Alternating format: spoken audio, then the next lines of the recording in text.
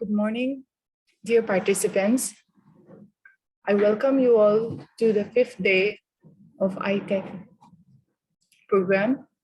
We are about to start the first session of the day, which will be on the topic biomass and its role in carbon neutral systems. The talk today will be delivered by Professor K.K. Pant. He is a professor in Department of Chemical Engineering and Dean Faculty at IIT Delhi. He also serves as adjunct faculty at University of Saskatchewan in Canada.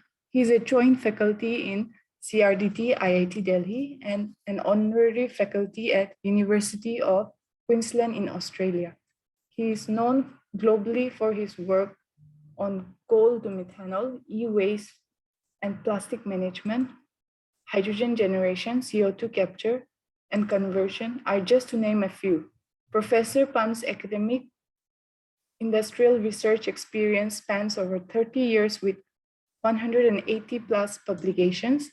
Professor Pant is a recipient of several international and national awards, including the prestigious Gandhian Young Technological Innovation Award. So with this short introduction, I hand over the rest of the time to you, sir. You can start. Yeah, thank you. Thank you, the coordinators and Professor Priyanka for providing me the opportunity to deliver a talk in front of the learned people in the area of the biomass. Am I audible? Yes, sir, you're audible. So let me share my screen. So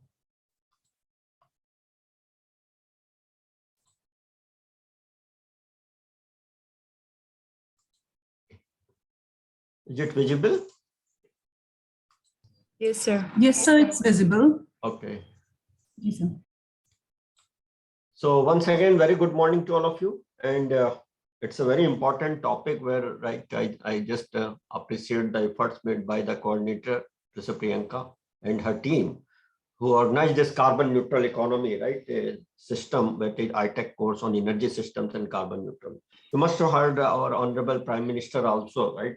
PM Modi during the this Glasgow meeting, right, on COP26.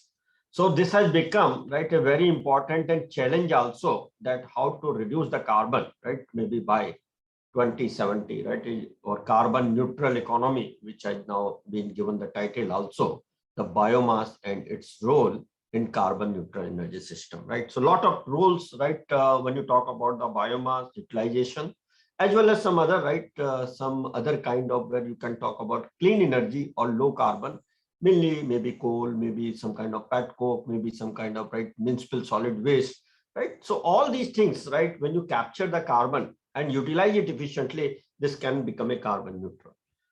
At the same time, right, why this issue has come, all of you know, right? So I thought that I will just put some glimpse here. So just let me put the laser pointer here. So you see the data here, right? India is now third largest of CO2 emitter. If you look at the total, right, the global carbon dioxide in the environment, which has reached to a level of 412 ppm, right? And there are a lot of debates on this when you talk about the global warming, right? Temperature is increasing, right? And there are a lot of things which has, right, been discussed, that role of carbon dioxide in, right, affecting the environment. It is multiple. You see the drought, you see the global warming, sometimes floods, right? So all those are because of the global warming. And the India, when we talk, right, in total, right, and per capita consumption of carbon dioxide or emission of carbon dioxide, I should say, right. So India is again, right, a leading, right. You see that 2.5 to 3 billion tons carbon dioxide, which is coming, right, to the environment, right, and that is through afforestation. That is, we are removing the forest and all these things, which are, right, when you talk about the biomass, these are a good source of carbon dioxide capture. Right? So plantation is very important in that way. So one has to take some directive, or, right, some initiatives are to be made, that how to capture the carbon dioxide from the environment, how to utilize the low carbon products, right? That is also very important. So industries have to come forward, academia, research institutes have to come forward, and a lot of things are to be done when we look at, right, our vision, that right, how much carbon dioxide can be reduced, and then at what cost, because this is very important, that you see that at least 2.5 trillion when we talk about the cost of 2014-15, that will be required if you look at, right, the carbon dioxide mitigation by 2030, which is just India has targeted that 35% of its carbon dioxide, right, with respect to the level of 2005, right, which is around here. So versus this 2030, so that 35% of this CO2 is to be removed, right? But how to do that? It's still a challenge, right? So you see per capita 2.7 that we are saying India is the third largest producer, but per capita wise, because the population is high, so we are just right below the rest of the couple of the countries which you see here, right?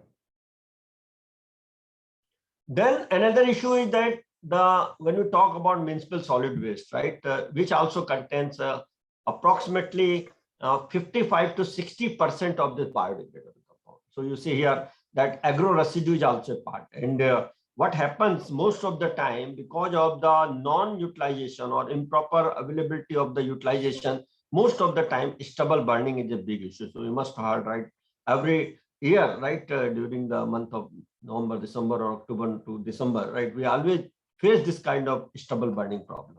What is the contribution of this stubble burning, right? Then there are several other contributors also like crackers and all this. So that is right, but it is clear that the stubble burning also contributes, right, to this total what you see smog, right, and improper utilization of the biomass. But if you can use it properly, right, and just here since focus is only on agro residue, you can convert it into some value-added products. So what kind of value-added product? You can have fuel from that. A lot of work is being done at RDAT also, right, on biogas, biodiesel, biofuel, syngas, chemicals, biofuel, char, and finally polymers, right, biopolymers, what you call, and several other products. What I mean to say that all these can be utilized effectively, and these are your low carbon products. So the refinery, the concept of biorefinery, algal biorefinery, Reliance has started a lot of work in this area. So algae-based biorefineries are also being used, right? Now you can have hydrothermal liquefaction, right, of the algae biomass. You can convert this into char also. So char has also a lot of importance. So how to do that, right? I will just cover some salient points of biomass utilization because there can be multiple approaches, right? And one approach will not be sufficient for the development of the technology. So one has to look at, and finally the techno-economic feasibility of the entire process is very important. So as I said, that when you talk about the role of biomass in carbon capture, right, or a production of those kind of low carbon product is significant. The only issue will come that how much biomass. If you want to replace the complete petro refinery or fossil derived refinery with the bio-based refinery, practically it is not possible as of today, right?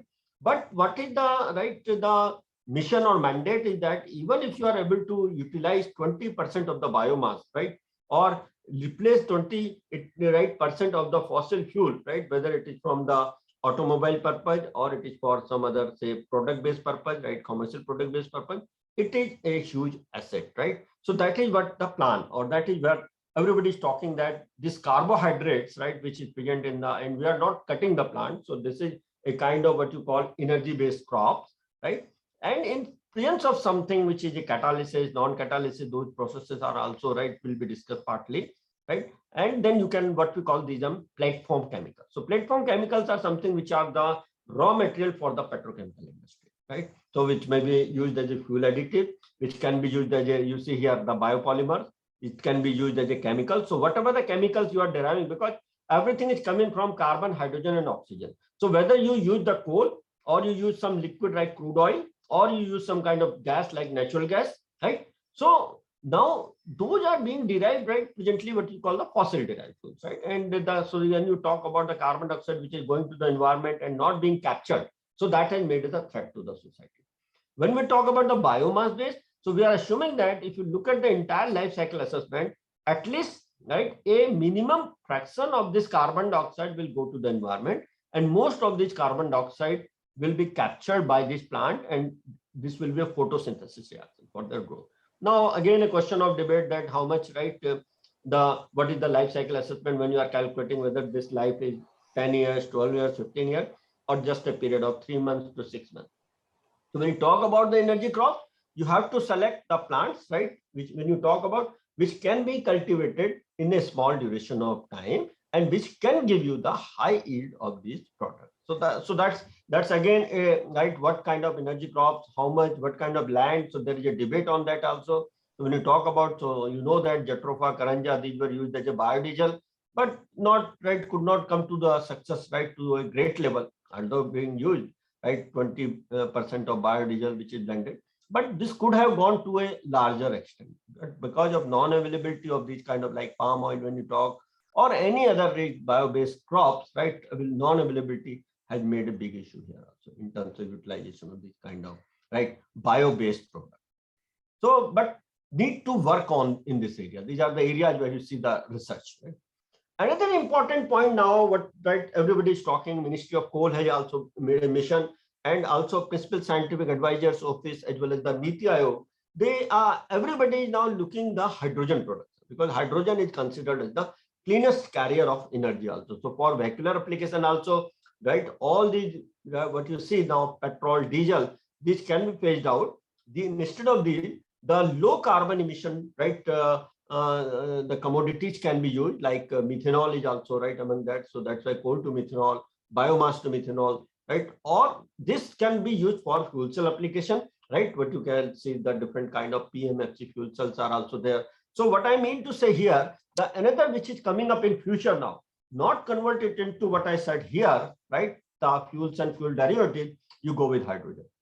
So once you go with this hydrogen, right, and capture the carbon dioxide, this may be, I think, the new future era of the research in terms of biomass or right, all the right, those kind of fossil derived fuels, which can be converted to hydrogen, but carbon dioxide should not be emitted. So this is a challenge. What you see here, the emission which is coming from different industry, because we are talking about the right, the carbon capture. So you should understand that what is being done so far, where the naphtha, right, is generally used, natural gas is generally used, right? So fertilizer industry, you see that, right, this is the carbon dioxide emission in tons per ton of the product. So fertilizer industry largely used, right, for ammonia synthesis followed by urea, right? So these are, right, where they have a huge amount of this, right, carbon dioxide. Although part of the carbon dioxide they are utilizing for the urea synthesis, because this ammonia and carbon dioxide are reacted and then you have, right, the urea synthesis. But you see that number 5, hydrogen from coal, huge amount of, right, this is the carbon dioxide per ton of the right hydrogen which is produced here. So huge amount of carbon dioxide in terms of tons per ton of the product. So is it really economical if you are not capturing this carbon dioxide, or is it really a good process? So that's why the coal to hydrogen, which has come now with carbon dioxide capture, and Ministry of Coal has already made this initiative, and the draft is being prepared by a team, right? And so that is again a future where you can have coal plus biomass and convert it into hydrogen. So when you talk about clean energy, right? So those fossil derived fuels also. So you must have heard about different kind of hydrogens. I'll come from right gray hydrogen to green hydrogen, but simultaneously it's the water splitting. Water splitting is a green area, right? Where you can just look at, then it has just hydrogen and oxygen, right? You split the water. The only thing that whether you are doing photochemical, electrochemical, or some other say sulfur iodine cycle, lot of things are being done. But now how much hydrogen at what cost, that is also important. So hydrogen cost is around 180 rupees per kg at present. But if you can bring it to a level of say 120 to 140 rupees per kg, that will be again a challenge, right? And that will be an asset also. So that is where everybody is talking about decarbonization of the fossil energy with carbon dioxide capture, which will, right, definitely when you are capturing the carbon dioxide, the cost will come to that. So how much, right, is to be captured at what cost? So whether adsorption, pressure swing adsorption based, right, you know, biogas, right, and bio CNG, right, those things are already being done, but need to be, right, extrapolated further. So you see here, that is the fun thing, that whatever the available source, you capture the carbon dioxide, but we have to take this carbon dioxide. So carbon dioxide capture, storage, and utilization. CCUS, right? So that is a new word, right? A big buzzword, and one has to, right, look at that in that direction also, that how these, right, techniques can be modified. And one of the techniques, right, where we are also working, direct decomposition of methane to hydrogen and carbon, right? So you can have carbon dioxide can be captured in the form of carbon nanotubes, right? So that is one where biogas, right, methane can be converted, you reform it and convert it to hydrogen. So a lot of things are to be done, and this hydrogen is a future now, right? And clean hydrogen production is coming from the biomass or bio-derived products. So I'll cover that also, right? So having said that, the first thing that the energy demand, right? Energy demand, of course, it is going in terms of trillion watts, right, hours, so per year. So the developed, right? When you say the developed, so this is that's just data in terms of increasing exponentially, right? So energy demand is increasing because, right, the development, because of the population, because of the demand, right, and a lot of things, right? And presently India imports 90% of this crude oil, right, to meet their energy demand. So that is again a challenge, that can we have the indigenous technology, right? So again, make in India or Atmanirbhar Bharat का जो concept आ रहा है उसमें आपको, you have to give a thought in that in what way, right, the indigenous technologies like for utilization of the coal, for utilization of biomass, right, can be developed, or biogas. So you see that biomass, everybody, I hope all of you know that, right? But what we are talking now, right, the different sources which may be in the form of carbohydrates, carbon, hydrogen, oxygen, and subdivision of this is lignin, hemicellulose, and cellulose, right? So that is to be utilized efficiently. That is one thing. And simultaneously there should be, right, some because when you talk about the green hydrogen or green energy, then how are you using these, right, energy sources? So part of that energy which is coming out of this from this should be utilized within the process. Because if you are using the energy source in a different way, like you are using coal power, right, and then utilizing this energy source, then again it is not a kind of the green energy source, right? So green energy source, when you are calling, it means everything should be, right, derived from these either solar, wind, geothermal, hydro, right? And that's why the solar energy is also, right, a future, right, where you have to look at. And this is again where you talk about 0% carbon, solar, wind, right? And that is the, again, right, the areas, right, of research and hydro. That is what I said, you split the water. But again, you have to talk in terms of the energy. So, but biomass, because the technologies and all these things, when you talk about how to capture the energy, right, harness the energy from these sources versus the biomass, right? So this is where you see the, right, the new, right, areas of research which is coming in the biomass, and new, right, not just by pyrolysis, but alternate techniques are also being looked into. So you see that, right, when you talk about now biomass, how to convert it into energy, you have to understand the composition, right? So it's very complex, right? Much more complex than the coal, right? You see that these bonds, right, here, these are what you call beta glycosidic bonds, right? So it means you have to break the rings, the breaking of this ring. When you talk about lignin, right, it becomes much more difficult. So it means when you break these bonds and when you are converting into platform chemicals, you have to understand how these bonds can be broken or how these can be transformed into other kinds. Because you know that a typical biomass, this is a typical biomass, right? 42% is the cellulose. Cellulose can be converted, right? These cellulose and hemicellulose, sometimes you call it hollow cellulose also. So you can just, right, simultaneously, these two can be converted into value-added product. Lignin is little bit difficult, and that's why in the earlier days it was said, right, you cannot convert the lignin into gas, right? But now this is also not correct, because I told you there are many, right, alkylated aromatics, because this ring, even if you are not able to break, right, you can add some alkylated groups to that. You can add some other functional groups to that, right? And that is where you see here, right, those kind of different alcohols, those different phenolic compounds can be derived from the lignin. And most of the new technologies which are looking nowadays is lignin to benzene, toluene, and xylene, those kind of, right, paraxylenes and all this, right? But understanding of this, right, structure which you see here, right, this C5, C6 sugars basically, right? So you have to hydrolyze this. So that's the first thing, is that when you talk about cellulose, hemicellulose, you have to delignify, right? Remove the lignin, otherwise unnecessary you are increasing the loading on the reactor, right? So that is also important, that if you want to convert cellulose as a, right, primary raw material, then which can be converted, then remove rest of the things, right? If you want to use hemicellulose separately, right, a kind of C5 sugars, so when you talk about, right, low calorie value sugars, and these can be used as a, right, sweeteners, right, especially for the diabetic patients and all this. So that is also important, right?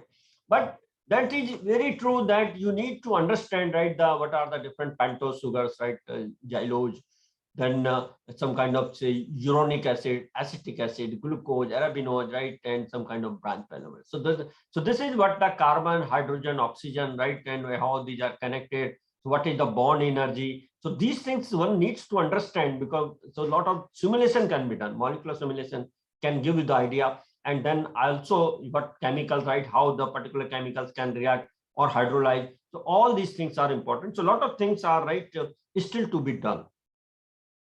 So now why biomass? I need not to go in detail, right? Because it is now when you say low carbon economy, right? Your right, how to match with the COP, right? Glasgow meeting, right? Minutes. Then this is a very important point. So when you talk about the versatility, so biomass can be used to produce renewable fuels, power, and all these kind of biopolymers, right? The plastic right utilization is a threat now, but this kind of biodegradable polylactic acids, right? These can be used. Biofuels, all of you have heard that, right? It can give you the kitchen waste, agro waste, that this can be converted to the biogas, right? Or some other kind of materials, right? You can have, right? So this is whatever when you talk about harvest, sewage sludge, right? And organic portions of the garbage, you can convert it into energy, right? So conversion is possible, but again, you have to see the yield and how fast, because we need the things to be done in a faster way also. So kinetics is also very important, right? So because that is carbon, hydrogen, oxygen, so you can take it to anywhere. You can have some enzymes, you can have microbes. Even if you don't do, you will have methane from that, right? But when you say the role of scientists and technocrats, right, then it becomes that how to integrate, right, the knowledge of science, chemistry, physics, right, whatever there, right, and take it to a level, right, where you can do the things faster and much more value added, right? So in what way it is to be done, right? All these things are very important. Economic aspects ultimately becomes very important, because you have to compare. Currently, the fossil, right, crude oil price has gone today $80 per barrel, right? It's going down. But when you talk about the right carbon capture, clean energy, then this fossil derives, right, or the crude oil, petrol, these are to be phased out, right? These are to be replaced by these kind of green energy sources.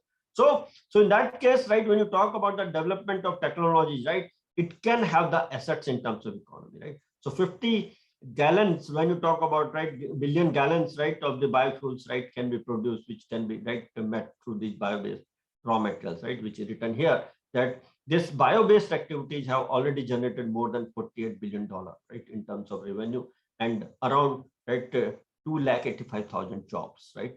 And so this is, right, showing the impact, right? This is the global impact, and we need to work in this way, right? That's in what way this can, right, make an asset for the society, right? And there are plenty of these kind of, right, biomass available. India itself has the 240 billion tons of the biomass, 240 billion tons of the biomass which comes, right? And even if you remove the fodder and all these kind of, right, animal fodder, right, and some other, right, which can be used for other purpose also, then also there is plenty of biomass which can be converted into fuel.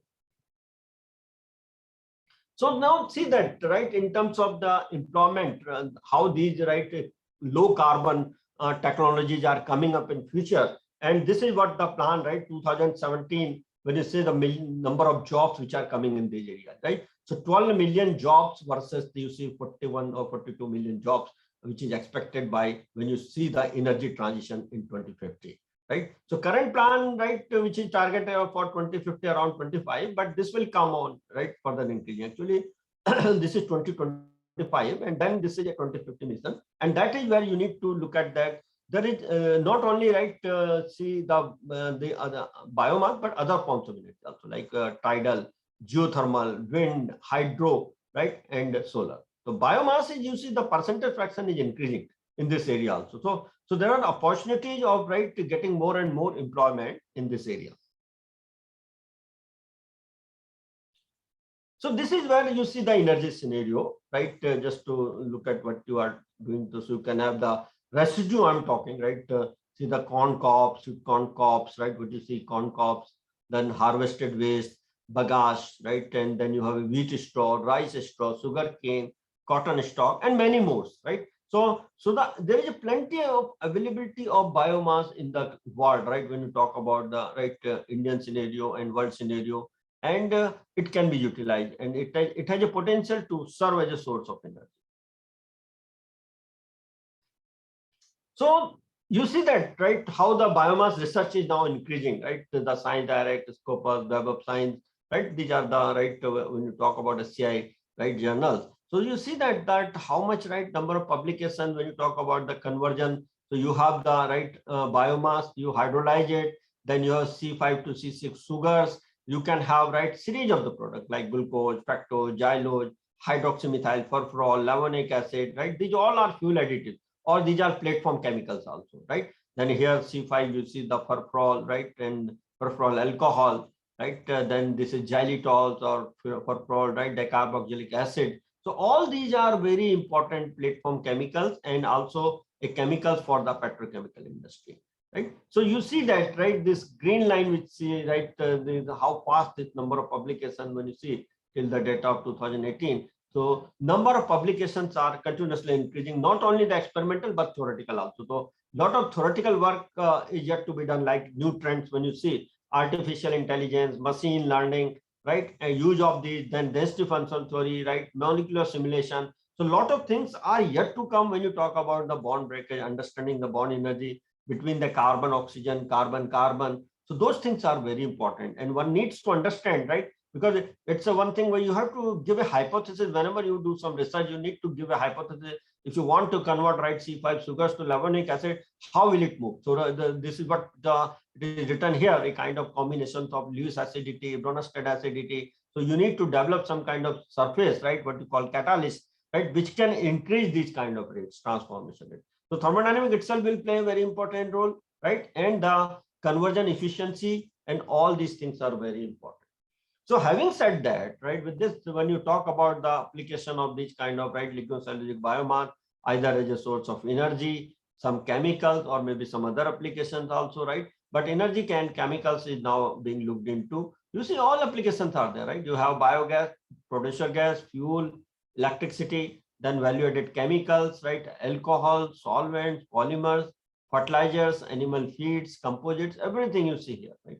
So it means there is a huge demand of the biomass, right, compared to the fossil fuels, right? So, but this is also true that presently it is just 3.5% of this, because we do not have the scaled up technology. Lab scale, lot of works, right, are being done. But when you say at the commercial level in terms of plants, right, so it is not being utilized, right? Only a few R&D sectors, right, they have the pilot plant, right? But when you talk the enzymatic route fermentation, couple of plants like everybody talks bioethanol, right? So those are there. But when you see the in total, only 3.5%, that is 6 gigaton, right? Out of this 170 billion tons, right? This biomass is being utilized. So very low number. And you see that just under 2/3 of the 6 gigaton currently consumed is used as a food, right? With only a small portion, which is 300 million ton, is being used by textile and chemical industry, right? So pulp and paper industries and all those, they are using this, lignin. But otherwise, right, you see that contribution is very low.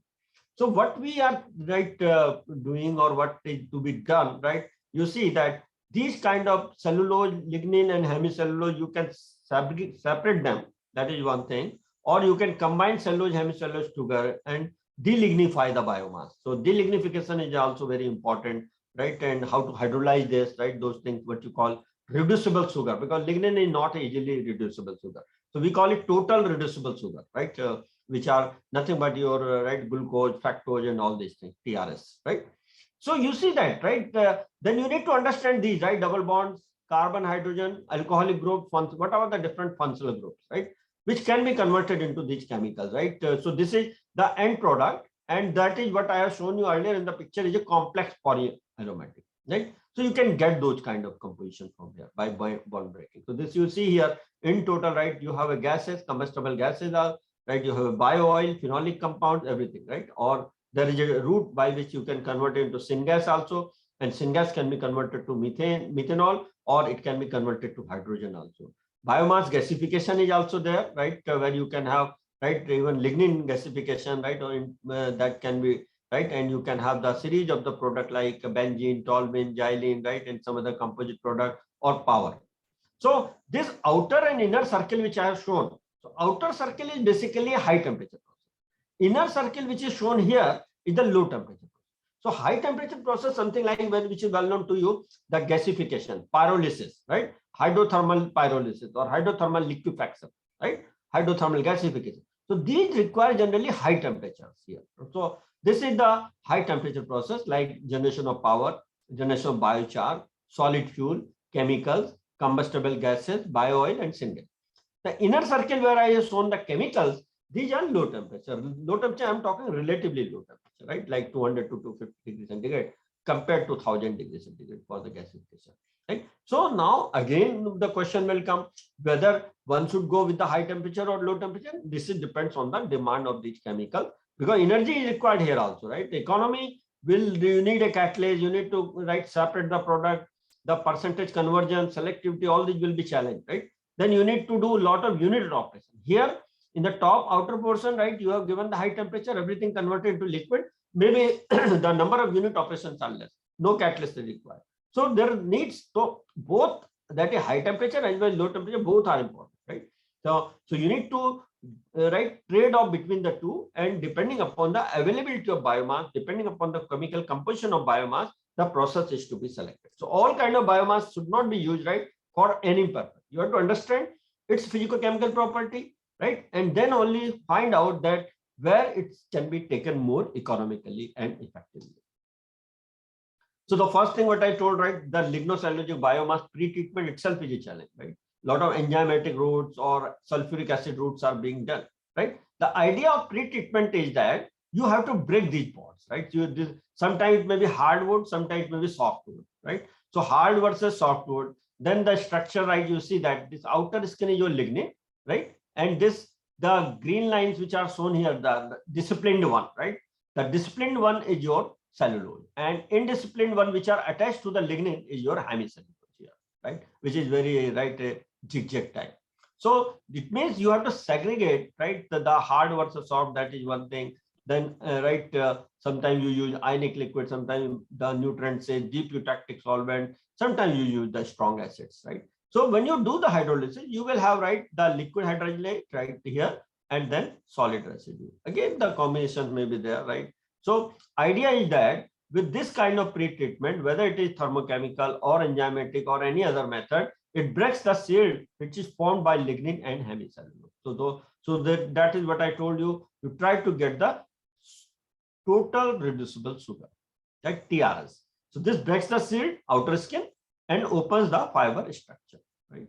And reduces the degree of polymerization of the cellulose. So cellulose, you know that large, right, molecular weight polymer, right, and connected by beta glucosidase. So by this, you can reduce that kind of, right, it's called lignin depolymerization also, or biomass depolymerization. So delignification, that is a major obstacle in fact, right? The enzymes, right, lot of enzymes, lot of acids, right, consumption is there. So that is, right, the one of the method by which, right, or well-known method where this can be delignified. So everything is important. I told you that, right, you need to have maximum recovery of biomass components, right, lower capital and energy cost, and lower chemical consumption. Because when you use the strong sulfuric acid, right, then what kind of material of construction, then how to handle those kind of strong acid. So that's why ionic liquids also have, right, or deep eutectic solvents which have hydrogen bond donors, because whenever you are using acid, you are supplying a proton, right? So acidity, you know that how strong, how fast is the ability to donate a proton, right? So strong acids, right? We are and we call them Bronsted type acids, right? So that is important, that you have to look at or understand that the acid which can have the similar kind of metal salts can be used, right? Which can have hydrogen bond donor, hydrogen bond acceptor, right? And these are called deep eutectic solvents, right? So these are just where you can easily separate these, right, ionic liquids, right? So these can also be used because they also have the functional group which can do same job like the sulfuric acid does, or enzymes which can do that job. So there are a lot of methods in pre-treatment of the biomass, because that is the first and foremost. When you talk about especially platform chemicals, then this becomes very important that you segregate the desired or undesired component, right? So you see that there are a lot of methods available, right? And some people, right, say energy intensive process, right, the lignin cannot be removed. So those kind of methods like thermal pre-treatment, steam explosion, hydrothermal, right, physical pre-treatment like irradiation, bead milling, grinding. So this is less used nowadays. This kind of right, where you see thermal pre-treatment like steam explosion is well known, hydrothermal is well known, but there also you see the degradation of cellulose is there, right? Because it will depend on temperature, time, and pressure. right? These all hydrothermal conditions are very important, or the condition of steam for how much time. So that is again important, right? Then you have the acid alkali treatment. So again, separation of biomass component, less reaction time, those things are important. Biological enzymes are there, these are slow spell. So what I mean to say is still there is an opportunity to use these areas as a research area, right? Something new can be done, and where the pre-treatment of lignin can be done in a better way. So with this, what I'm saying here now that how the high temperature, low temperature, right, biomass conversion utilization processes have been used, right, and the R&D work has been done, right. So couple of activities which have been done by our group also. Just I just thought that I will give you a glimpse. So you see that this is right a work which was done right jointly with the German company, right, or basically Fraunhofer Group, right, in Germany. So this is, you see that biomass, you pelletize it, right? You have a bagasse or all kind of biomass, you can pelletize it. So pelletization or torrefaction of this biomass is also right. Sometimes the yield is better, right? So because handling the what you see the stubble burning, right, issue. The problem is the densification, right? If you do immediately, because you need to remove that, right? What the farmers expect that when the crops are being harvested, immediately the residue or stubble, right, which is on the ground, that should be removed, because within next 10 days they have to put another crop there, and this is generally, especially in the month of October to December, right? So and practically this becomes difficult for them, so they find it is easy to put it on fire and then you convert it into, right, immediately into the fertilizer. So you can, right, do that, but you need to understand that how can you utilize the energy of this biomass. So right, that's very important. So you see here, one of the ways by which this bagasse pelletized, and then this is a kind of unit, right, based on lab scale experiment, a kind of thermocatalytic reformer. So as the name says, so here it is basically, right, you can convert the liquid fuel, this biomass, you can convert it into hydrogen also. That is based on what you see thermocatalytic reforming, right? So it means you have some, right, when you talk about reforming, you can put the catalyst also inside, right? So this is mainly a pyroformer, that is a high temperature where you have the pyrolyze the bio oil, and if you have steam there, then partly this bio oil can be reformed, right? And then you can have the product. So you can adjust the conditions, right? So this typical condition here, it is written at 1 atmosphere pressure and 700 degrees centigrade, right? Where you have around 57% in the gas with a heating value of 16.5, but now we have reached to a value of 22 megajoule per kg with this, right? And then so the gases product compositions also you have, right, most of the time it is ethane, ethylene, hydrogen, right? All these are right, and some are the right which could not be detected that time, the gases, but heating value and all these, right, you see the gases product. Liquid product is also very important. You see that how the properties of liquid, when you see this, right, 19.58% is the right liquid and 20% bio oil, right, out of this, and 80% is the aqueous. So this is the aqueous phase which contains a lot of other chemicals, right? And this is the bio oil which need to be reformed further or need to be treated, because it has a lot of, you see the color is dark, you cannot use it directly, right? But heating value wise, right, you see here it has 32 megajoule per kg. And simultaneously you have the char also, right? So you have biochar, right, again, which is 23% solid and the heating value of 20 megajoule per kg.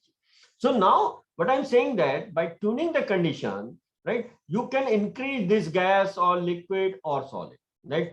That's you have to optimize depending upon the type of the biomass, right?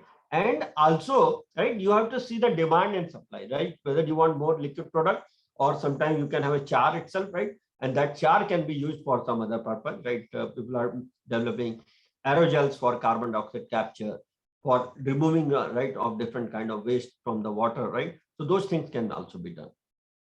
But this is an entirely clean process. Nothing is going to the environment. So this is a closed circuit process. So this is basically a high temperature process, right? So the carbon, because everybody talks about the use of carbon, which is highly demanded, right, nowadays. Now depends that how are you producing this carbon, what type of carbon, if you characterize it, if you after, because the carbon which you do just from pyrolysis or by reforming, it's a very general, right, a kind of amorphous carbon. But you can convert it into different kind of, right, reduced graphite oxides, you must have heard RGO, right, which have carbon, right, graphitic carbon. these are very much demanding right nowadays. Say Reliance is also working because these graphitic carbons are generally used in lithium-ion batteries, right? And the market value of these carbon, right? When you see that is a wide range, right? When you see that how these carbons are produced, and depending upon that, right, the value of these carbon products has gone to different levels, right? So you see here that $0.1 to 600, right, dollar. So per gram, depending upon the application of requirement, the carbon, right? Superconductor capacitors are made from these kind of carbon. So biomass can be converted, right? And you can have the, right, generate those kind of properties, conductivity, right, and capacitance, and that can be used for the electronic purpose also. Even the bulletproof jackets, right, or composite materials from these kind of carbon materials, because, right, these are very lightweight materials, carbon fibers, right? Once you have those kind of material, you can mix with the steel also, right? And then you can have bulletproof jackets, right, for soldiers, right? So original mass is 13 kg the steel, right, fiber. But when you use this carbon fiber, these are very lightweight materials. So mass, the bulletproof jacket weight can be reduced to 6 or 7 kg, just 50% of that. Another thing that for hydrogen storage, right, these carbon composite materials are coming in picture, right? Because for hydrogen storage, you need a lightweight material because, right, the storage of hydrogen, if you look at 100, right, the kg of hydrogen which is required for driving to a certain distance, right, 100 kg, 120 kg. So you need a very lightweight material. So a lot of work is being done in those areas, and biomass can be converted to char, right? And that char can have a variety of the applications.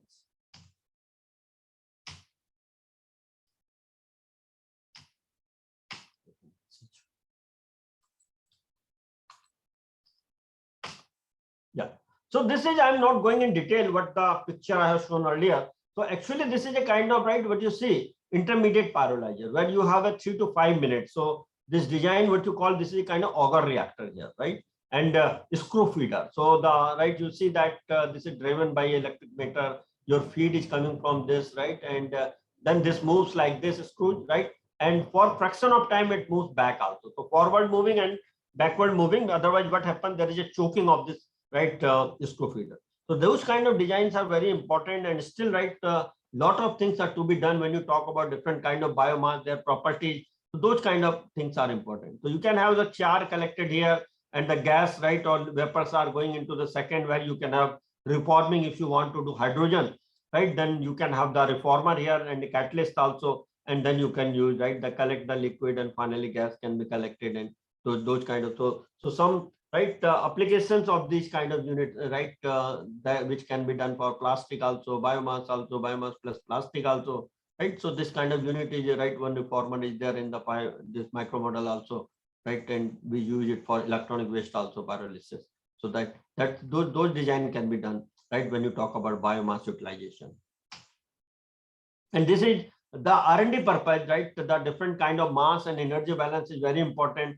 How much biochar is, right? How much bio oil you are getting, how much gas, and what is the percentage loss, right? And effect of temperature. So this is, right, when you say non-catalytic reforming, there is no reforming. This is the at 500 degrees centigrade, then along with the reformer here, right? Then 600 degrees centigrade along with the reformer, and 700 degrees centigrade along with the reformer. So the energy distribution changes, right? So that's what I'm saying. You need to optimize, right? So reforming to be done at 600 degrees centigrade or 700 degrees centigrade. So this is to be understood, and accordingly this is to be done, right? Same thing here, the product, right, mass balance. So you have all kind of, right, what you see, the gaseous product, liquid product, and the solid product. So depending upon the temperature, the yield is changing. So one needs to optimize the conditions.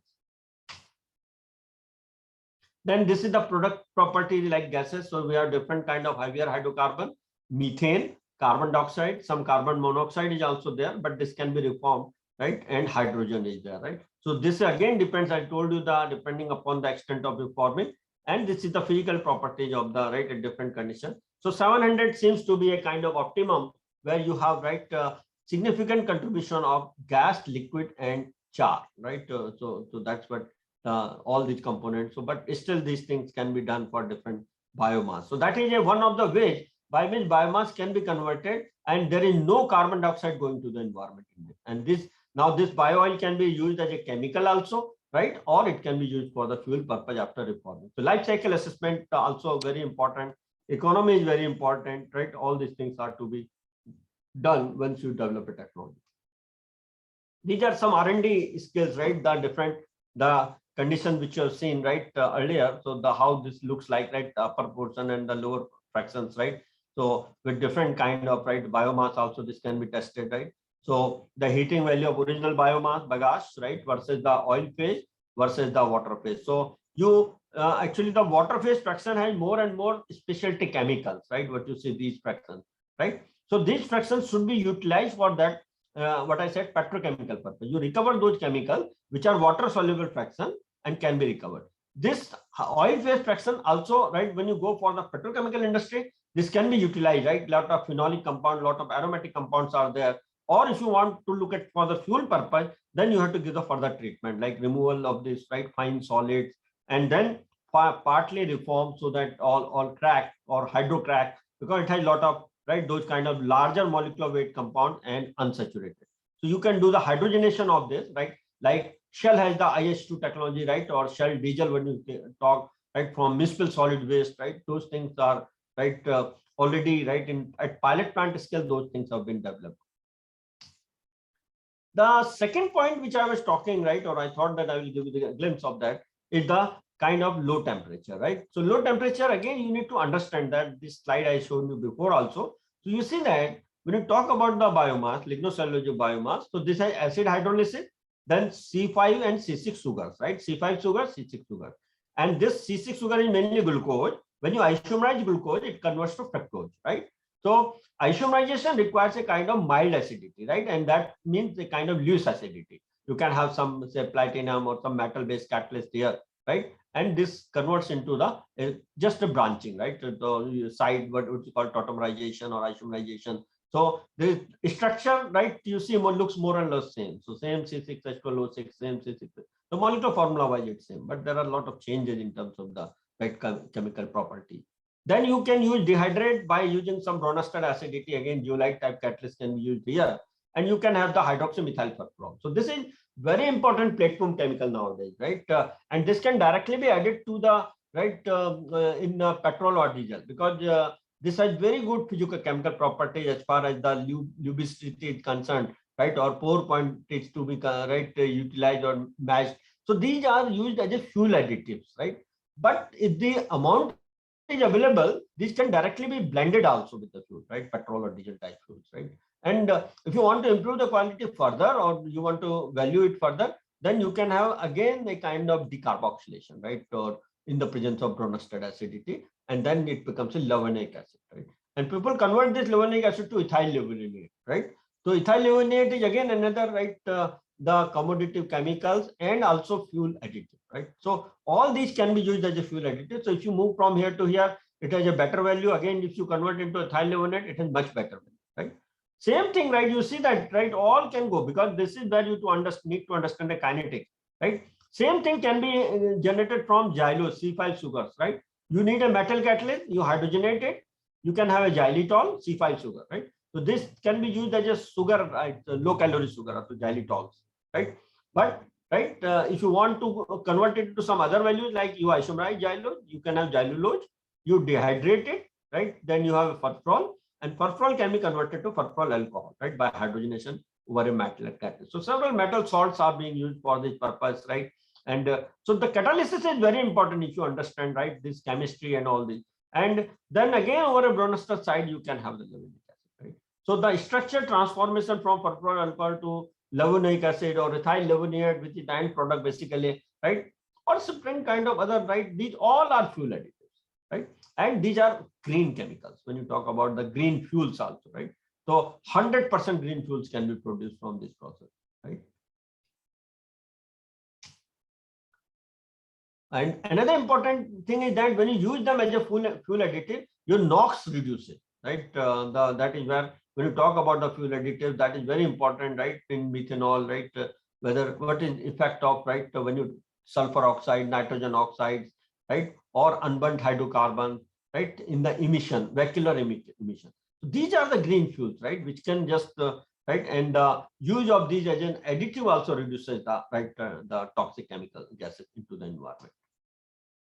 So that is, right, you need to look at that how low temperature methods can be converted. And that's what I was saying, that these are very important, like when you say ethyl level unit, which I was talking, right, alkyl level units, we say, right? So it is used as a fuels additive, reduces NOx, SOx, hydrocarbon emission, because complete burning is there. It improves the cloud and pore point. So very important fuel additive, right?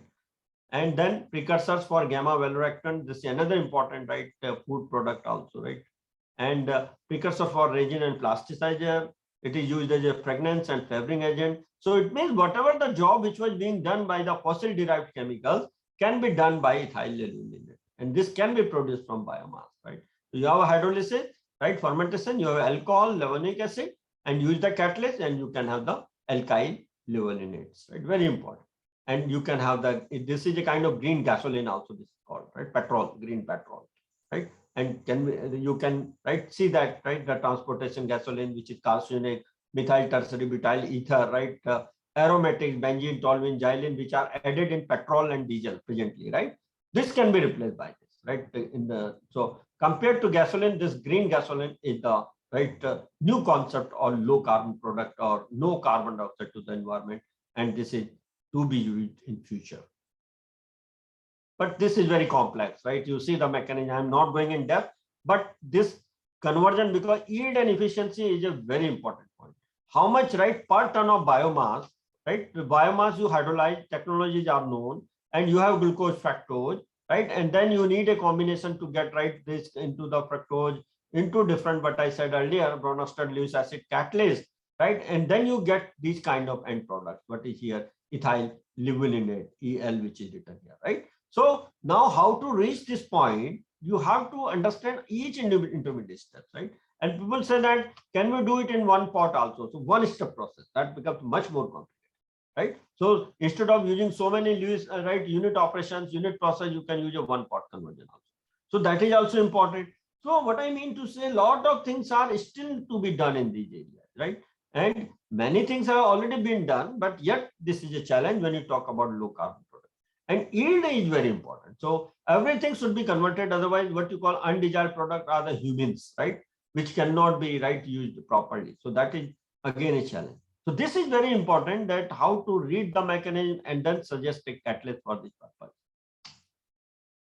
So this picture just I have taken from literature, just to give you a glimpse that when you talk about the low temperature and biomass valorization, you need to understand the catalysis for this, right? So whatever the red is shown here, right, red dots here, is a Bronsted site. Bronsted site means sulfuric acid type, strong acid, or zeolites, right? Noble metal means you can use platinum, palladium, rhodium, or these metals can be replaced by some, right, low cost like molybdenum, nickel.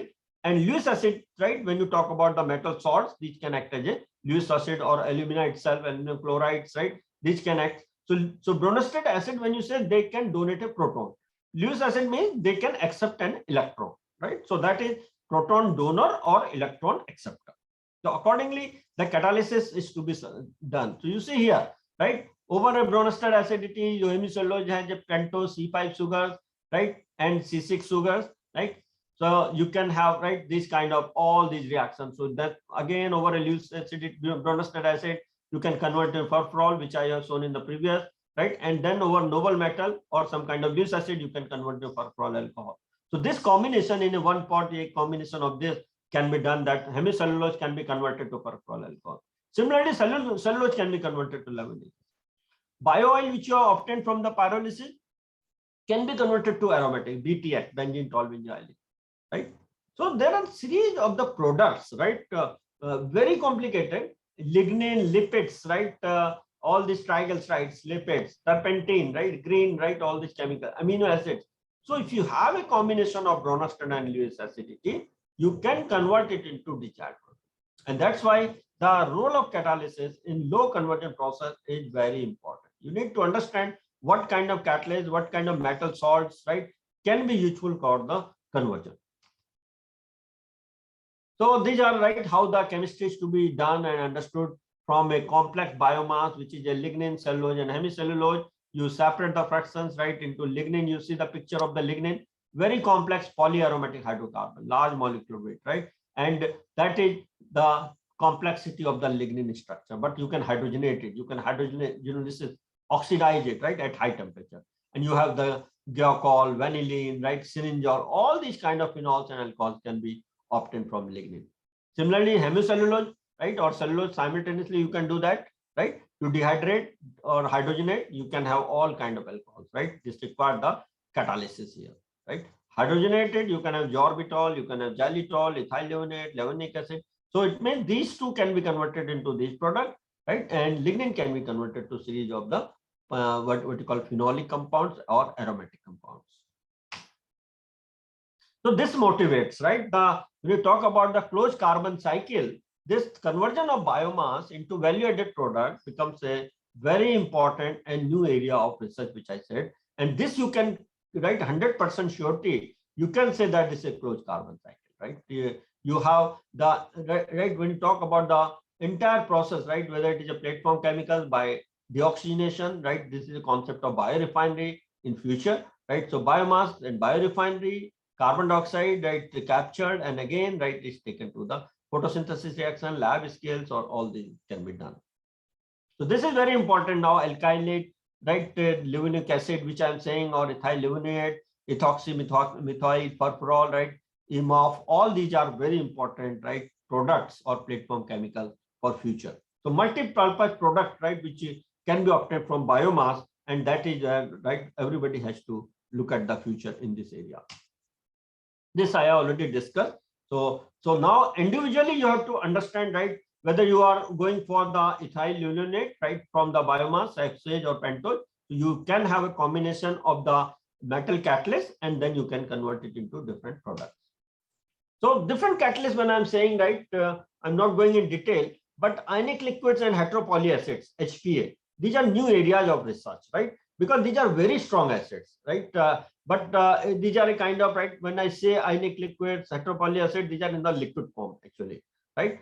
Superacid, sulfonated catalyst, these can be heterogenized also, right? So people are working on heterohomogenized catalyst also, but if the separation is not an issue, ionic liquids are very cheaper, right? Low cost material, then you can use that, right, the catalyst, and need not to worry about separation of catalyst, because sometimes separation of catalyst is a challenge. So these are the areas where, right, you see the, right, the ionic liquid there. And ultimately, what kind of ionic liquid? Again, you need to look at, right, the ability to donate a proton, right? Because you need a strong acid sites for the reaction, because your kinetics will depend on that, right? So that's where you need to understand deep proton ocean energy, amount of energy required to remove a proton, right? That's very important, right? And that is where you need the high Bronsted acid, right? And that's why I told you that heteropolyacids, right? These are very complex, right? Like tungstophosphoric acid, right? So center is the metal, and then you have the, right, different, say, metal, phosphorus, and all these combinations, right? Some kind of Kagan structure, we call them, right? So in the catalysis. So this is where, right, the mechanism I told you, right? Isomerization is important over the Lewis acid. Then dehydration is required over a Bronsted acid, right? Rehydration is required over, right, again, a combination of the, and you can have the levinic acid from this, right? And then you can convert it into different products. So this is I already discussed, and different combinations of this, that what I was talking, the metal salts, right, widely being used as a catalyst, which are nothing but deep eutectic solvents, right? So you can have the ionic liquid, deep eutectic solvents, right, and how these salts can be separated later, right? And then you can easy way of, right, low temperature conversion with high selectivity from this biomass in the presence of that is called alcoholysis, right? So hydrolysis in the presence of alcohol, right? And this is basically low temperature, 150 to 200 degrees centigrade, right? No, just on atmospheric pressure, and reaction is very fast, right? You can use the microwave assisted also in some of the cases also, right? So feedstock, then catalytic system, and then you can convert to product. These are a couple of results, right, which we have done in our lab.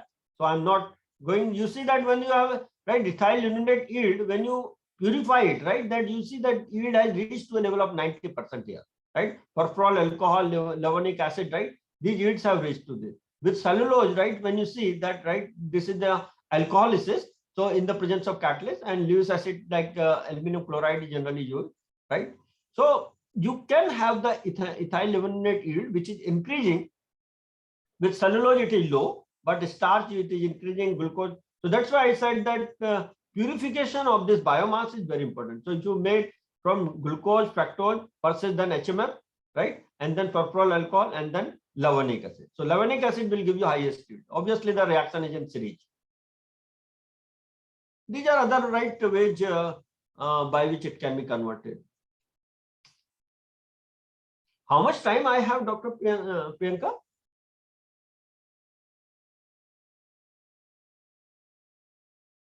Sir, you have 30 minutes. 30 minutes. Okay. So what I'm saying that this different compositions, right, of this biomass can be utilized, and these are some areas of research which is being done, right, in our lab. And you can have pure hydroxymethyl furfural. So because biomass to hydroxymethyl furfural is already well known now. Now these are the areas where you have to do, right, understand the reaction mechanism in the presence of alcohol. You have ethoxymethyl furfural, and then again do with alcohol. You have intermediate 1, intermediate 2. So these mechanisms are yet to be understood. And then finally, right, you have the product which is your ethyl linoleate, right? So how this product can be formed from this route R1, R2, which is written here, right? That is also important, that what catalysis is to be selected and how the process can be modified. So people are looking in terms of one pot process now. That is, can you have a single process which can reduce all the intermediate and directly reach to the level of HMF to ethyl levinate, right? So obviously this can be done, but one needs to understand the role of catalyst and one needs to understand the structure of HMF versus the ethyl levinate. So microwave is also another important area, right? Where you can use the different, right, disulfide based catalyst, molybdenum, tungsten, right, which are widely used as a catalyst for this, and by which you can also convert this biomass into value added. So microwave has actually the advantage in terms of that it's a gradientless, right? So the diffusion and mass transfer problems are less when you talk about the heat transfer, right? So in microwave, this heating is done at a molecular level, right? So your reaction can happen, right, at a much less time compared to what you see the thermochemical or hydrothermal chemical.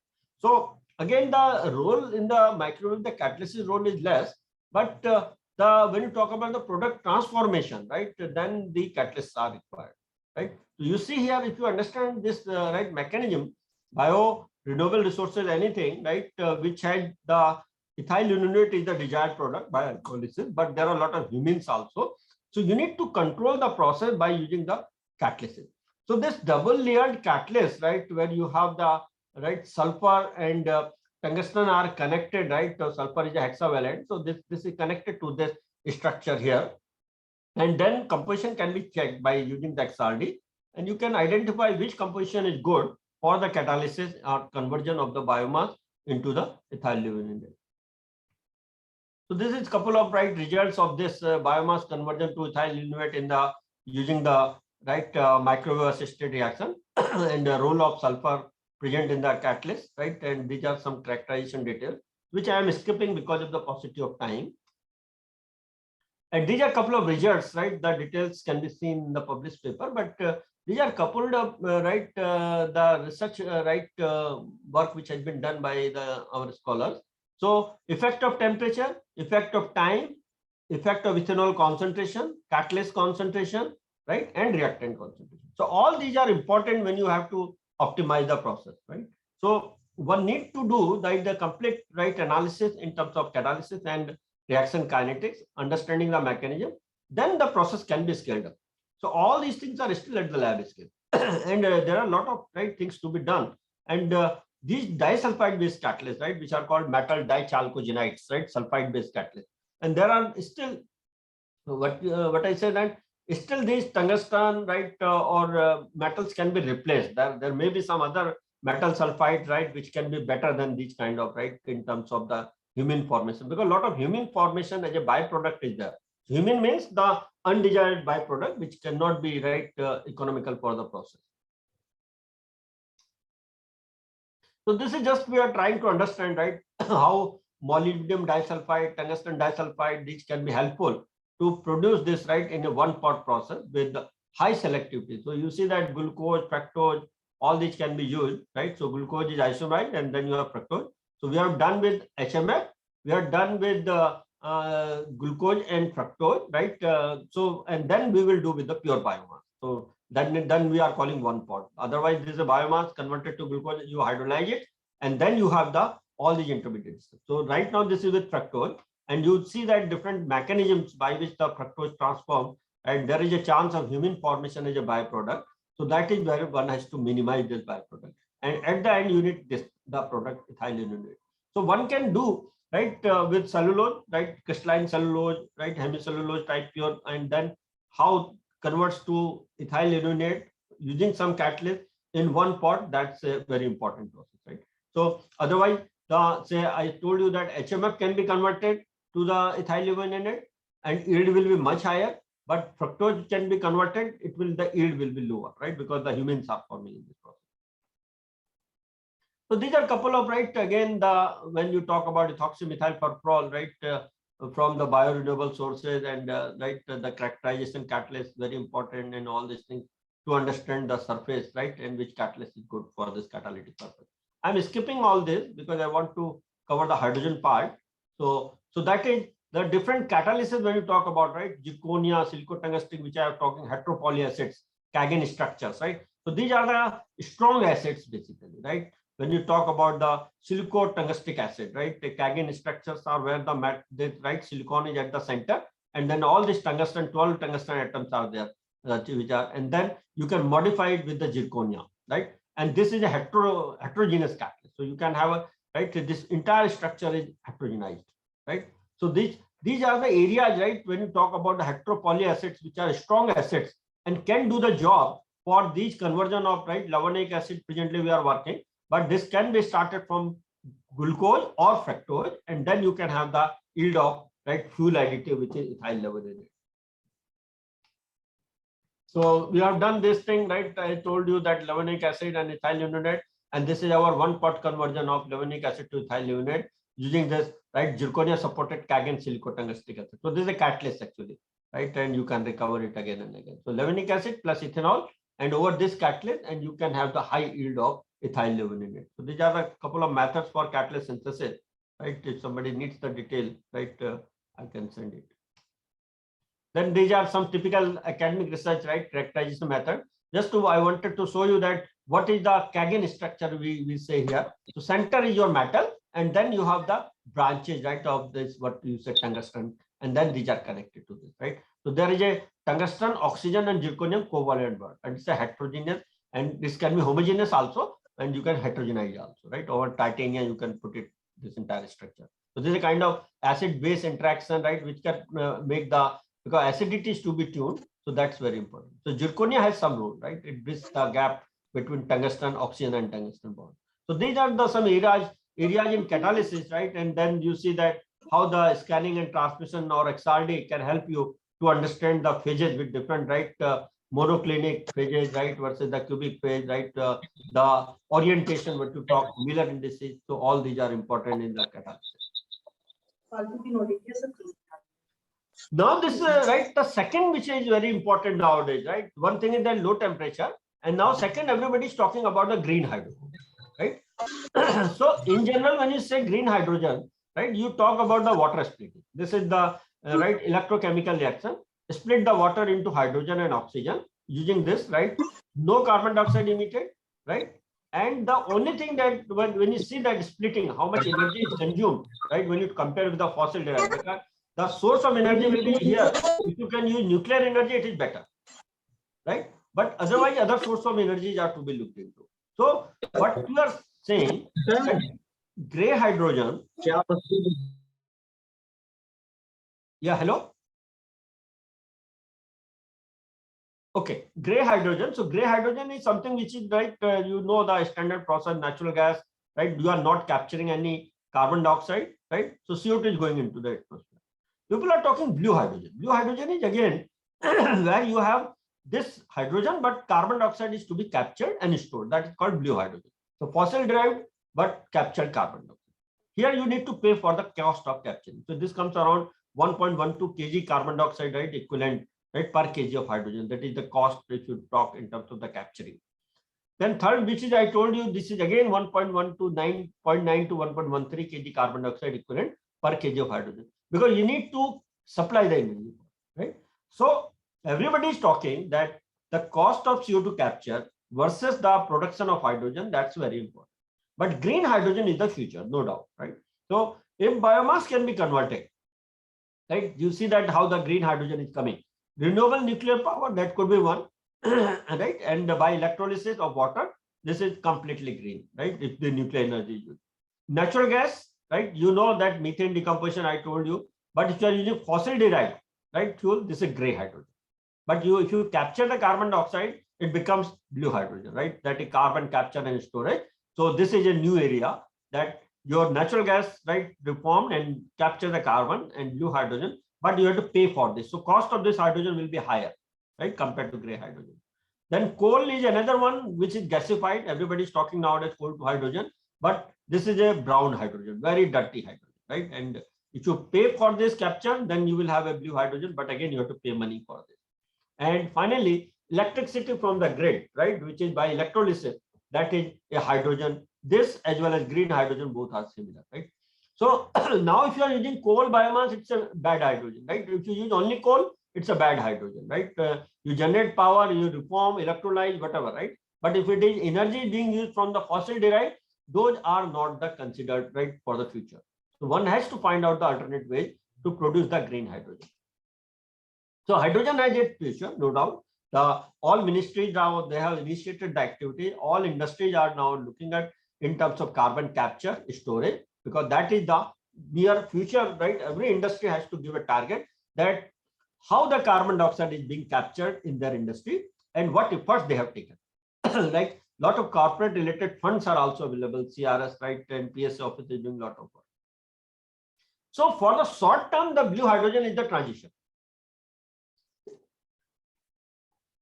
Because you are, right, you have the whatever the fuels, right, which are methane or natural gas, biogas, which can be used. Part of the energy can be utilized from the fossil derived, and you capture the carbon dioxide from there, and this is the right. But transition to green hydrogen is to be replaced, right, by the same molecule with another origin, and that is well. And if you talk about blue and green, in between there is a way which is called turquoise hydrogen. This is linkage between blue and hydrogen. The purpose of this, suppose you are producing hydrogen from biomass, and biomass conversion to hydrogen will require energy. If you are using fossil energy, right, you are capturing carbon dioxide, this is blue. But if you are using energy of biomass itself, hydrogen, part of hydrogen, then it becomes turquoise hydrogen. So this is, right, these are color, right, combinations, and this is a linkage between blue and green. That is also accepted. So ultimately, right, turquoise hydrogen is same as the green hydrogen when you talk the carbon dioxide emission, which is produced from the fossil fuels. So there are a lot of things which is being done nowadays, right, in terms of carbon capture, right? You have the steam reforming of methane, well-known process. This gives you 13 kg carbon dioxide. But now if you have, right, the captured carbon dioxide, so natural gas, steam methane reforming, you can remove the carbon dioxide by some, right, selectol process, Rectisol, or a lot of methods are there. You have to pay money for that. Now new units are to be put here, right? So CO2 removal. If you do water gas shift reaction, because that is a new area now, everybody is talking, right? So you can remove, right, carbon dioxide after this water gas shift and by using processing adsorption, and then this is green hydrogen, right? A kind of green hydrogen actually, right? And then whatever the rest of the unconverted gases, that can be recycled.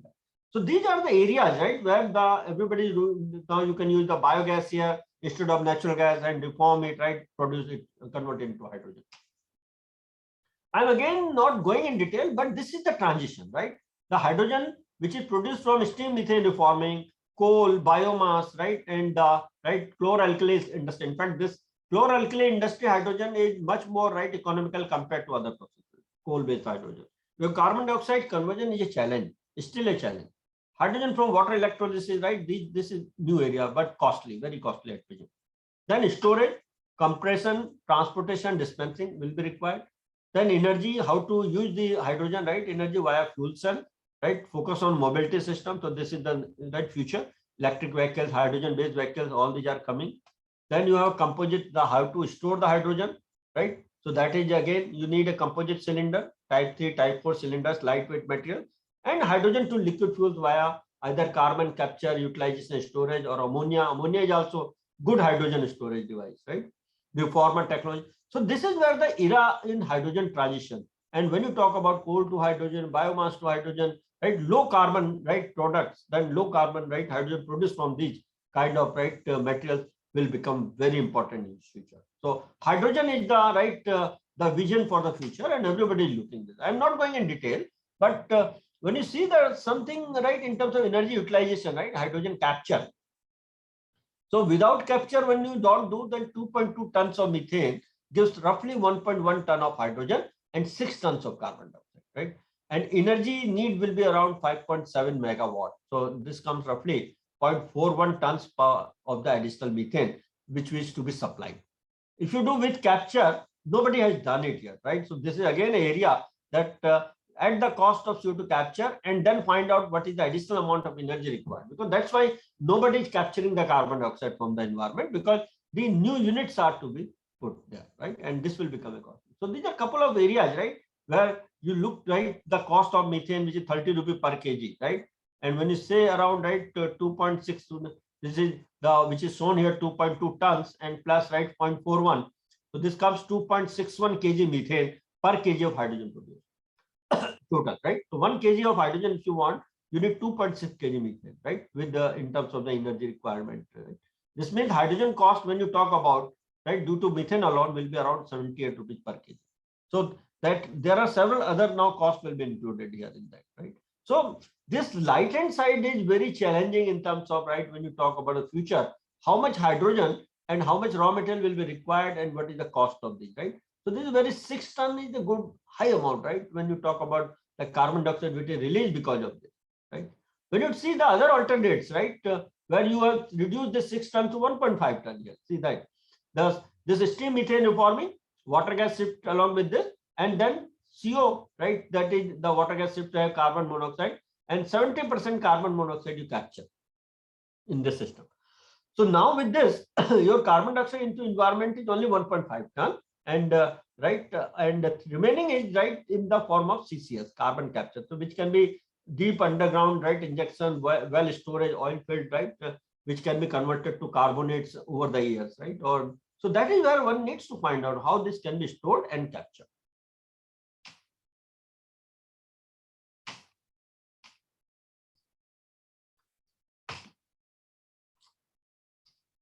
So this is what we are doing, right? I am not just again covering entirely, but coal, biomass, right? And you can gasify it. So gasified design is a challenge, right? It's a big challenge, in fact, right? The coal plus biomass, and now we are talking refuse derived fuels, right? Which are municipal solid waste, right? And we are targeting 100 kg per day hydrogen, right? In IIT campus and right in Sonipat campus, and looking some industrial partners along with the PS office. So this is, right, Thermax is our partner here. So you have a gas cleanup, right, with the, you can have the, all these refuse derived fuels, right? Refuse derived means whatever the waste which is coming, biodegradable waste. So this can have plastic, this can have biomass, right? And gasify it. And then we have a gas cleanup system, right? And then we use the catalyst here, and then we do the water gas shift reaction, and then we get the hydrogen. So this is called hydrogen island, basically, in our case, right? And lot of things are with coal already, right? We have a coal to methanol plant, but with biomass, because a lot of tar formation and other issues are there, right? So that is what the future, right? We are targeting in next 5 years for, right, hydrogen production from biomass material. So basically the idea is that whatever the Punjab and Haryana area, right, that all these biomass will be collected, and a plant will be set up in the Sonipat campus, and then 100 kg hydrogen will be produced. So production, storage, transportation, and fuel cell application. So that's a total, right, a kind of COE on hydrogen, which is plant from the biomass, so low carbon. So perfectly clean hydrogen can be produced from there. So this is where the biomass to hydrogen is coming up in picture, right? The new area of research or R&D, right, where you have a biomass, prepare it, then you can have the gasification, right, instead of pyrolysis. So one can go pyrolysis route also, and plasma pyrolysis can be done here, right? So although the plasma gasification is presently 60 times costlier than this available gasifier, but one needs to do exergy analysis, how the energy can be minimized, right, at each step, then it can be, right. So oxyblonde gasifier, which is around 800 degrees centigrade, 900, and then you have the right cyclone separator, then you clean up the tar, right.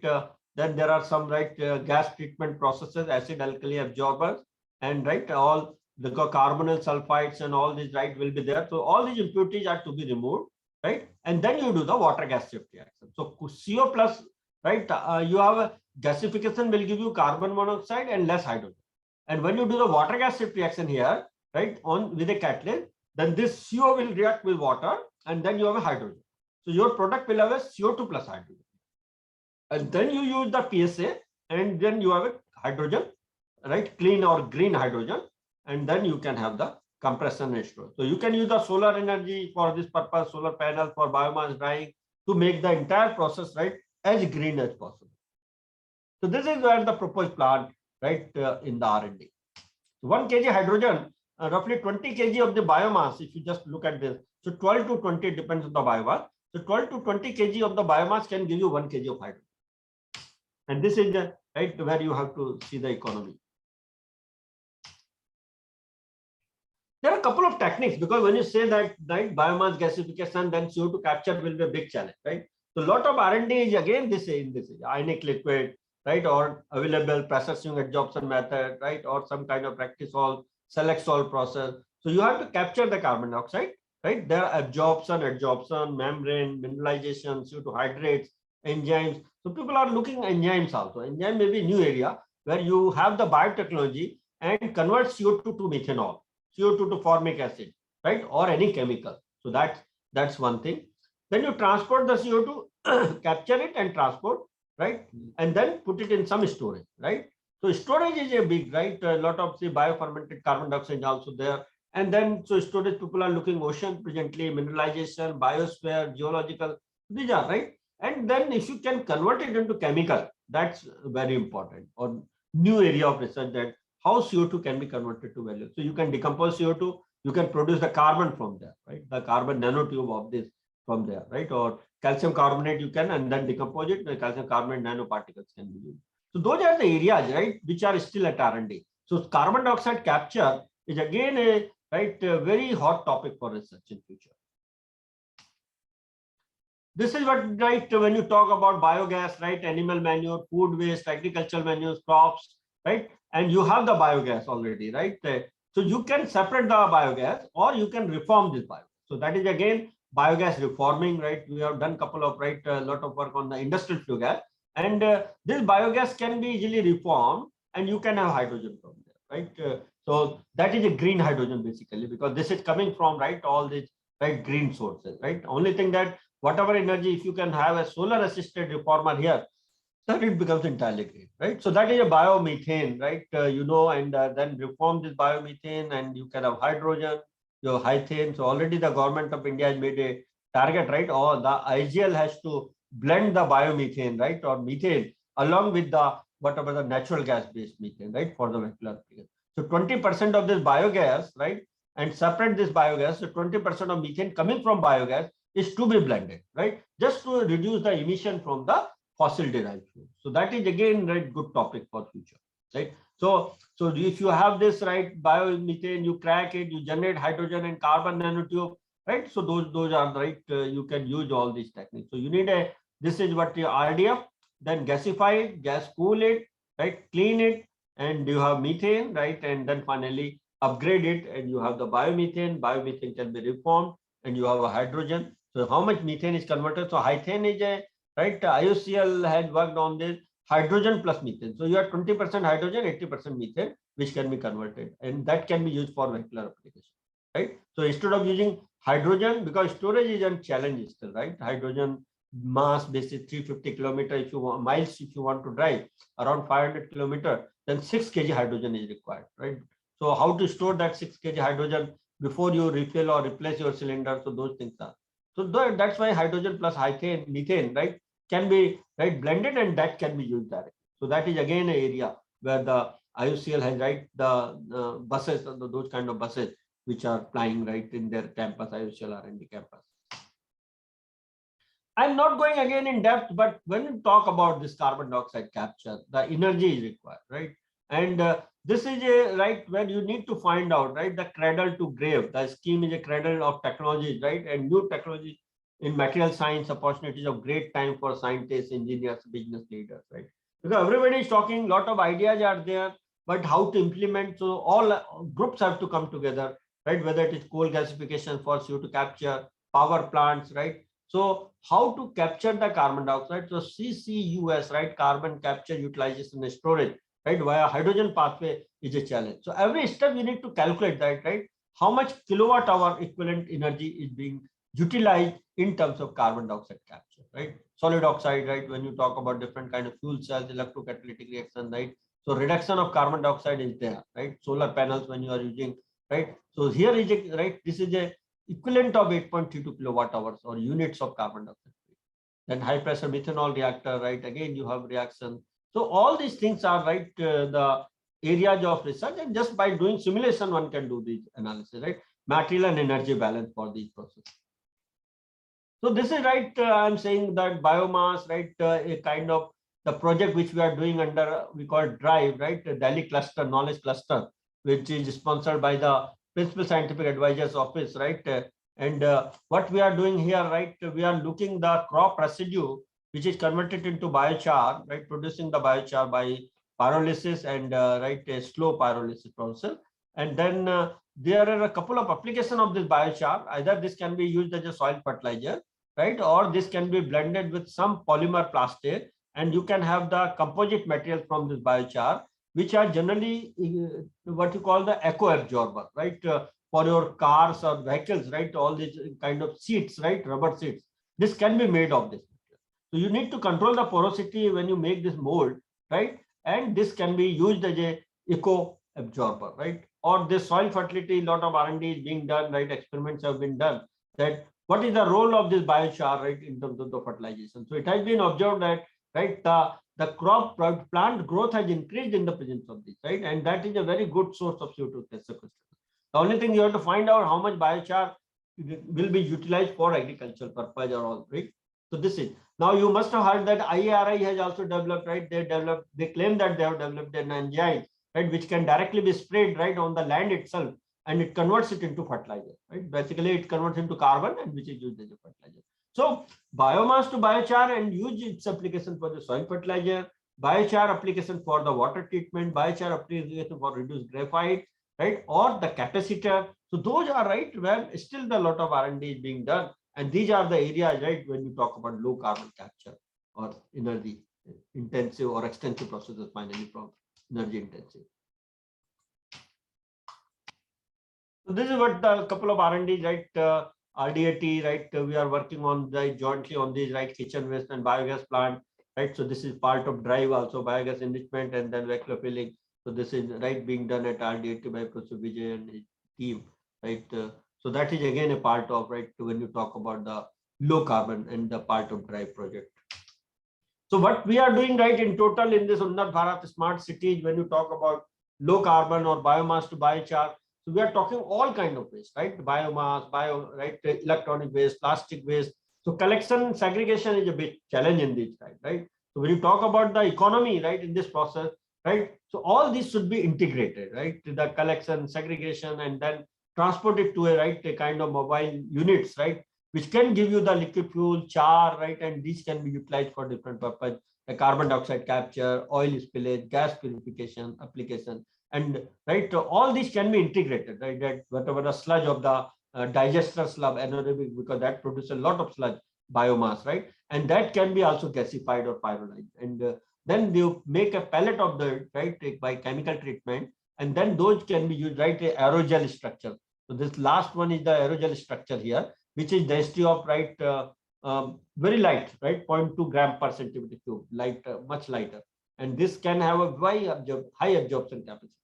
This can be used as a super capacitor also, right? So those applications are very important nowadays when you look at the biomass transformation into low carbon product. So everything is to be based on, right, how much carbon is captured from the process. So just to end it right here, when we talk about the circular economy and clean environment, right? So the concept is same, right? When you talk about, right, the motive is same, the green India, smart city, Swachh Bharat, pollution control, plastic free ocean, right?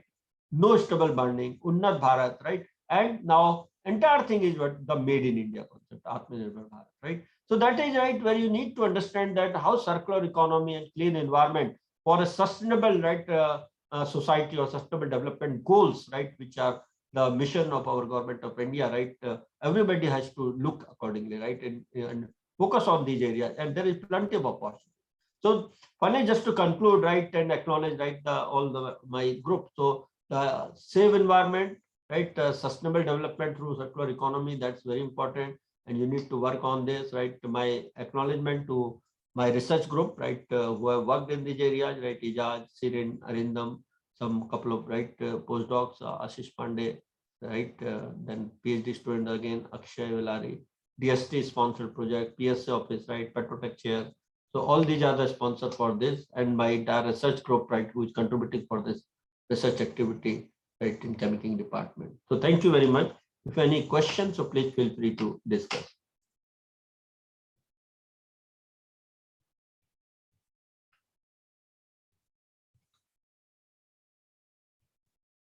Yes, any question? Professor Priyanka, I'm done. Sir, there is a question in the chat box. Shall I read it to you or? Yeah, let me check. Let me check. Participants, we are now open to questions. Okay, whether CO2 resulted from grape production could be used in other industry sectors such as urea production. Yeah, I think it's a very good question and question of thought also, because you are saying urea production. Actually, what happened in the urea production, generally they use the presently steam reforming of natural gas, right? Earlier it was naphtha, now it is a gas-based fertilizer plant mostly. So they use naphtha steam reforming of natural gas.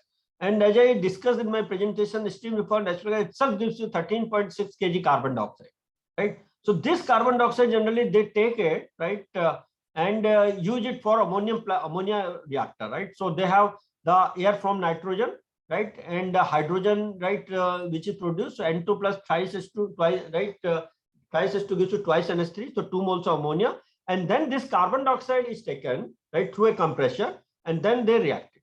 So even if you calculate the 13.6 itself, they have a large amount of carbon dioxide. So they don't need the carbon dioxide for, right, from the other sources after capture.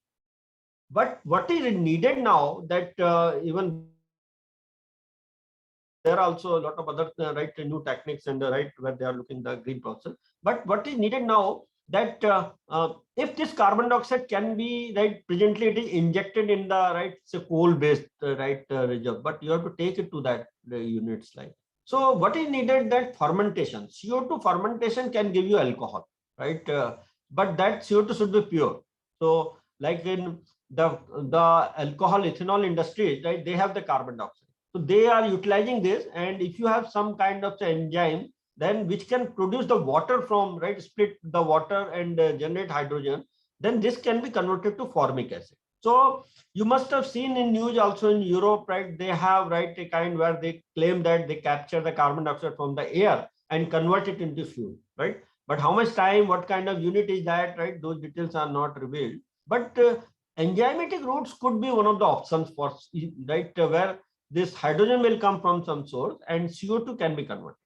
But another routes, as I said, that you need to find out a multiple ways, right? So CO2 decomposition. If you have some kind of say plasma or some kind of method by which CO2 can be decomposed, you can convert into carbon, right? So CO2, right, can be converted to carbon, or CO2 Bourdon reaction you must be having, right, twice CO can be converted to CO2 plus C. So reverse, right, can be done. So CO2 can be decomposed, or it can be, say, partly it is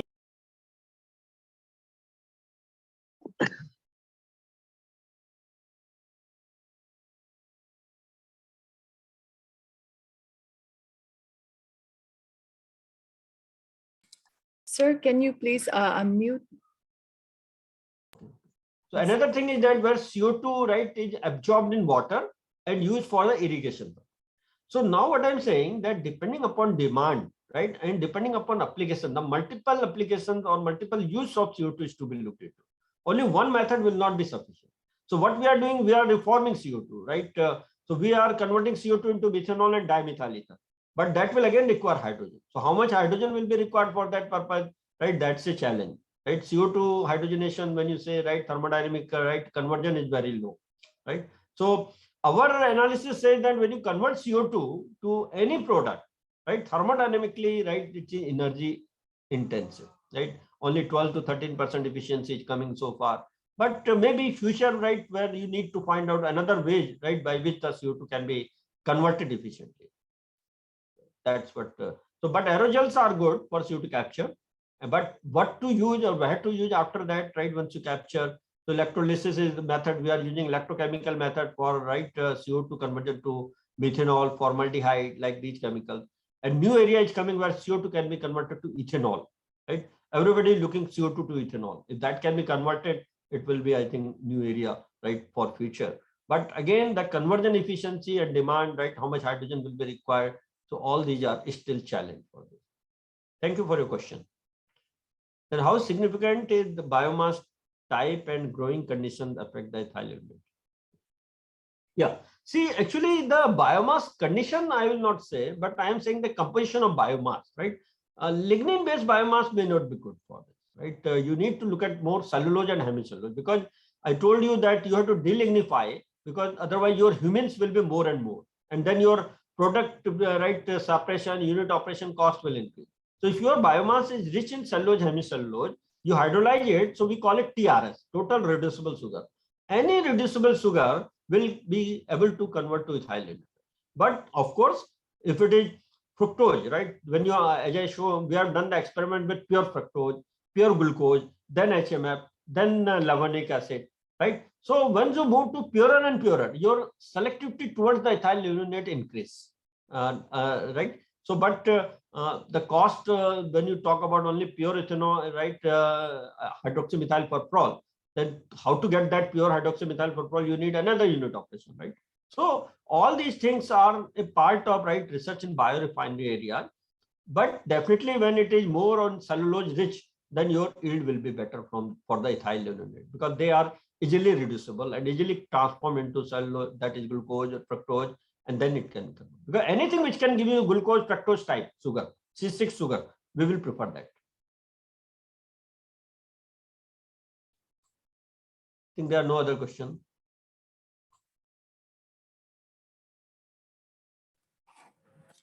Thank you, sir, for the very informative and insightful talk. Thank you. I believe all the participants will be taking this learning into their respective fields. Sir, we truly appreciate your time here with us today. Thank you very much, sir. Thank you. Thank you. Let me stop sharing. So, thank you.